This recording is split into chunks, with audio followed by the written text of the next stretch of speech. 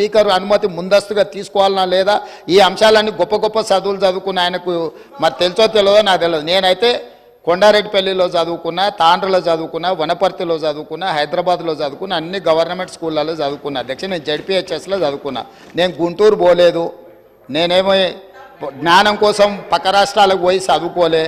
16 GO apply చేసినా, Mulki rules apply చేసినా, ఏ rule apply చేసినా తెలంగాణ ప్రతి ఉద్యోగానికి నాకు అర్హత ఉంది అధ్యక్ష. గుంటూరులో చదువుకున్న వాళ్ళకి అర్హత ఉందో లేదో తమరే చెప్పండి అధ్యక్ష. స్పీకర్ సార్, నేను గుంటూరులో 11th 12th చదివినా, విజ్ఞానంలో చదివినా, రత్తయ్య గారి దానిలో చదివినా, అన్నీ నేను దాస్తలేను కదా రేవంత్ రెడ్డి గారు. కానీ గుంటూరులో చదువుకుంటే అధ్యక్ష గవర్నమెంట్ ఉద్యోగానికి అప్లై చేయలేను. ప్రైవేట్ రంగంలో ఉద్యోగాలు సంపాదించుకున్నా. ప్రైవేట్ రంగంలో ఆ పాబంద్యం లేదు. గవర్నమెంట్ రంగంలో 610 జీవో, ప్రైవేట్ రంగంలో 610 జీవో వర్తించదు రేవంత్ రెడ్డి గారు. దయచేసి ఇక ఆ పర్సనల్ విషయాలకు నేను పోన్లే. కానీ అధ్యక్ష నేను ఒకటి చెప్తా ఉన్నాను అధ్యక్ష. వారికి సూరత్ విషయం చెప్పారు. First year after the inception program పెట్టినప్పుడు మొదటి సంవత్సరం జనరల్గా ఎట్లా పనిచేస్తుంది రేవంత్ రెడ్డి గారి సిస్టమ్ అంటే, అక్టోబర్లో దసరా అప్పుడు ఇవ్వాలి, బతుకమ్మ దసరాకి ఇవ్వాలి చీరలు. అక్టోబర్లో ఇవ్వాలంటే ఆర్డరు దాదాపు 7-8 నెలలు 9 నెలల ముందు ఇవ్వాలి. అట్లయితేనే ఆడ ఉన్న లూమ్స్ అన్నింటినీ కూడా ఫంక్షనల్ చేపియాలి, వాళ్ళను నడిపియాలి. ఎందుకంటే ఆ చీర తయారు చేయాలంటే డిజైన్లు అన్ని టైం పడుతుంది. మొదటి సంవత్సరం ఆర్డర్ ఇచ్చినప్పుడు మీరు చెప్పింది పాక్షికంగా వాస్తవం.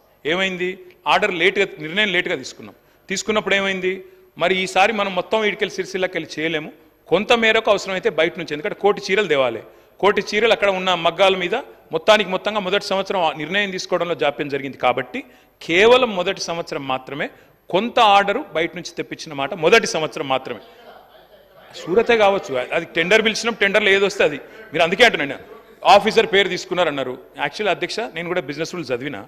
మీరు కావాలంటే ఆఫీసర్లను స్పెషల్ అటెండీస్ కింద పిలవచ్చు, కావాలంటే పిలిపియండి, చర్చ పెట్టండి, నేను వద్దంటలేను. దయచేసి నేను వారితో కోరేది ఏంటంటే, ఏమన్నా అనుమానం ఉంటే రేవంత్ రెడ్డి గారు 10 ఏళ్ల పాలన మీద బ్రహ్మాండంగా ఎంక్వైరీ చేయండి.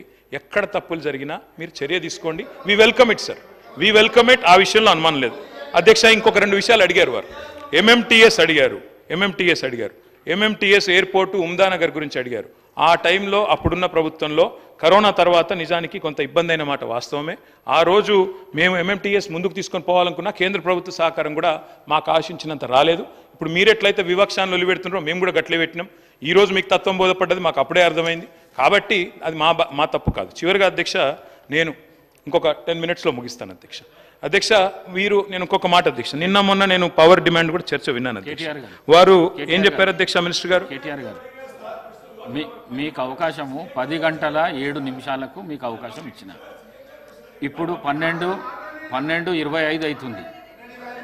ఇంటర్వ్యూను ఒక అర్ధగంట జరిగింది. 1 గంట 55 నిమిషాలు ఇప్పటిదాకా మీరు మాట్లాడింది. 1 గంట 55 నిమిషాలు మాట్లాడింది. ప్లీజ్